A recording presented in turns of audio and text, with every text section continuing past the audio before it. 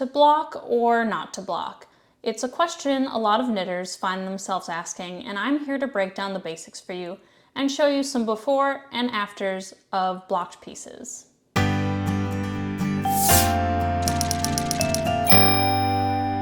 So what is blocking? It's a process of wetting your finished knitted pieces, laying them flat, and pinning them in place to dry. Doing this can stretch your fabric, which can be a good or bad thing, help put pieces into the proper shape, and give your garment a more professional looking appearance. There are several things to consider when blocking that can affect your final knitted piece, and I'll go over these a little more later, but number one would be the stitch that you used. Number two, the needles that you used, so how tight are your stitches. And three, for sure a big one, the yarn that you used. And yarn type is what I'm going to talk about first. There are endless combinations out there, but I've made up 3 swatches of some common ones: wool, cotton, and acrylic. And I'm going to show you how to block these so you can see the final outcome. And I chose to make these in stockinette stitch since that's notorious for curling. So you can really see at the end if they've changed or not. And also make sure that you weave in your ends before you block so that they morph to the correct final shape. I have these blocking mats, and if you don't have them, a bed or ironing board can work. I have used carpet before. Just make sure you don't let any pets get to the pins while they're in the ground, or people for that matter. There are a few ways to wet your knitting. You can steam or spray, but I like to fully submerge them and get the fibers nice and soaked.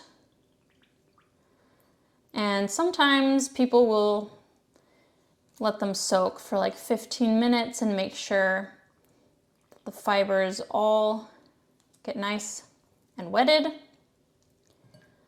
This is good for now. I just wring that out, and then I use a towel to wring out the excess moisture.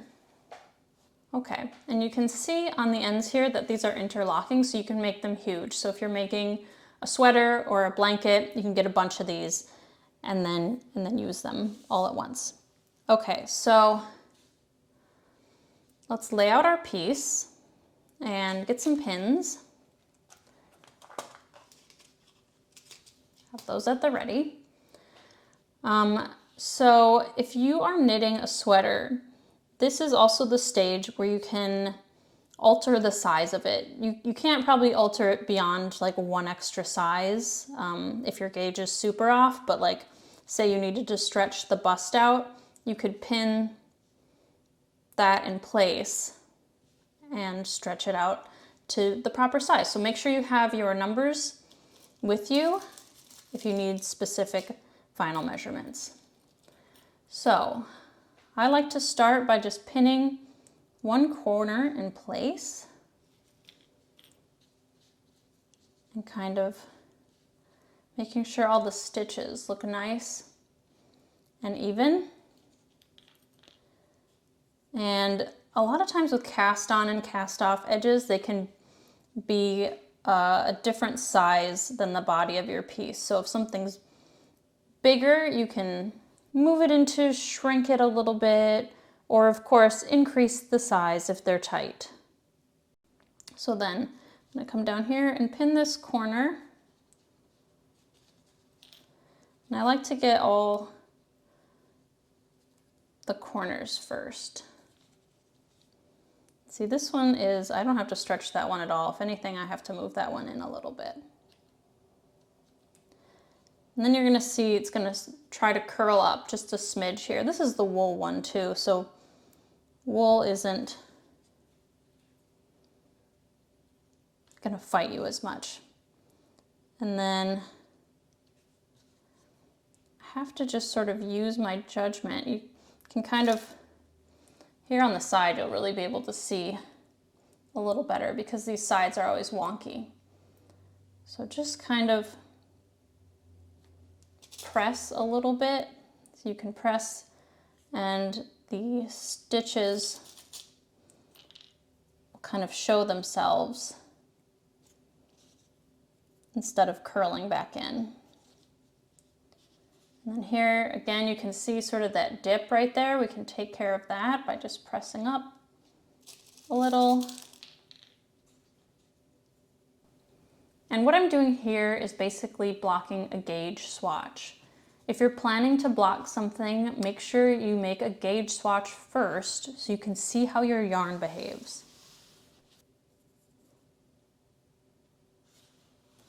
Okay, see how nice and square that is? Maybe right there I'll kind of put a little pin in. Take a last look, make sure everything looks like it's the shape you want. This corner can probably go out a little bit more. And then you wait for it to dry.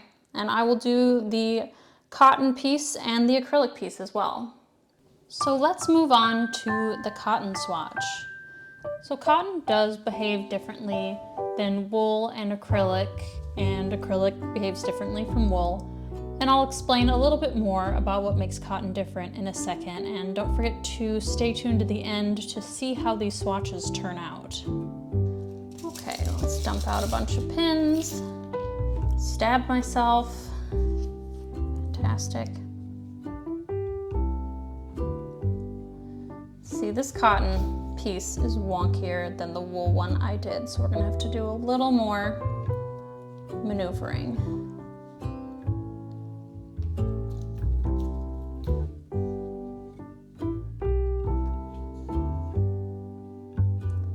Got this weird stitch at the bottom. I'd like to hide that a little bit if I can.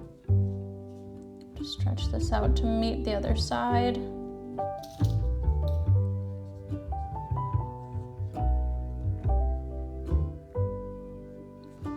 If you don't do an edge stitch,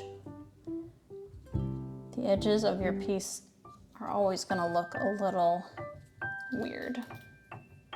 I did not do an edge stitch. Now, unlike acrylic and wool, cotton isn't stretchy, kind of like at all. So try not to stretch it out too much because it's not going to snap back into shape. Do you have to block? The answer is no. And I almost never block anything. It's totally your choice. Just make sure if you end up having to wash something you haven't blocked, that you are prepared for the consequences. But actually there are some things that you should never block. I never block headwear, ever. And if I did, I would definitely make a gauge swatch first and block that, because hats and headbands are the last thing you want stretching out. Certain yarn fibers should never be blocked, and you should always read your yarn label's care instructions before starting. People say lace should always be blocked, but you'll never catch me knitting lace anyway. When you're done, examine your piece, make sure everything looks how you want it to. You can, if things are looking weird in the center as well, with a stitch, you can try and pull it over as well.